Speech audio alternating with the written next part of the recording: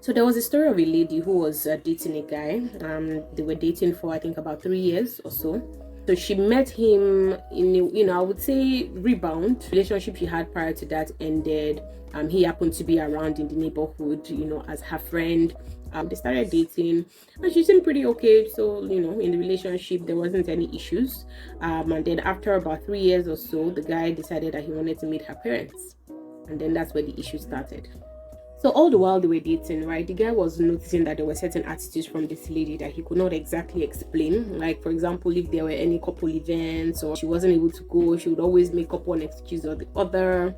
She wasn't forthcoming with the guy. After some time, he decided to have a conversation with her. Like, now it was obvious that this girl had commitment issues, right? Because of course, from the previous relationship that she had been in with the other guy, which she actually dated for about 6 years, the guy really broke her heart. The guy stepped out on her a lot in the relationship. The guy, his values just were not aligning with her. She stayed because she loved him and she felt, things would get better.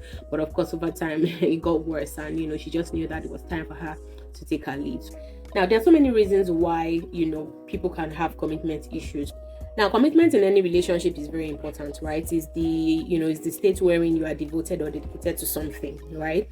In a relationship with God, commitment is important. In a relationship with our spouses or our partners, commitment is very important, and it's something that we need to agree on. I think it's something that every couple really needs to talk about, in terms of, what exactly are their beliefs when it comes to commitment. Because for some people, commitment might mean different things, right? So it's important that you and your partner are on the same plane to understand that, okay, this is what I feel about commitment. I'm ready to be dedicated to you. I'm ready to support you both in the present and in the future. I'm ready to be there for you whenever you need me, and honoring those words. It's not just about speaking them, it's about honoring those words too, because they're very, very, very, very deep, deep things if you think about it. So commitment provides structure and stability in a relationship. It helps to build trust. It creates a solid foundation. It also helps to keep both parties connected. For the survival of any relationship or any marriage, commitment has to be present, right?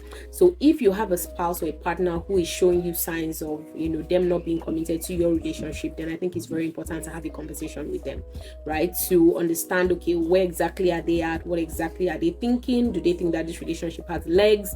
Do they think that this relationship is going somewhere, right? Because God has expectations, especially when the relationships are leading to marriage, right? There has to be commitment. There's nothing like an open relationship, because these days you hear things, what's an open relationship, for God's sake? But if someone is truly grounded in the things of God, right, and the person has the same values and belief system as you, then you need to make sure that you don't assume that the commitment level for both of you is the same. You need to make sure that you have that conversation. It's not something that you can just assume. Have that conversation. I'm going to decide to respect you whether I'm angry or not. I'm going to decide to be there for you when you need me. I'm going to decide to support you when you need me. I'm going to be, you need to have these conversations and not just assume, in all fairness. Because for me, when I heard the story of this guy and this lady, my advice to them was, you need to have a sit down and have a conversation. It's just my 2 cents, so it's not as if I'm an expert or anything, but that's what I think. I think it will definitely help them so that they can know exactly where they're going. You get what I mean, right? So that they know, okay, is this relationship going somewhere? Are you having commitment issues? Is this something that I've done? Have I broken your trust at any point in time? Or is it that you have some baggage from your previous relationship that you need to deal with? Then you, as the partner that they've shared these things with, you then need to decide, are you going to be willing to go on this journey with them to help them to get to the point where they can trust again? Or do you think that it's a no, right? And just make sure that whatever you do, you carry God along, because God is definitely the foundation of any healthy relationship, and it's the one that truly helps us to build trust and commitment in any relationship. Toodles.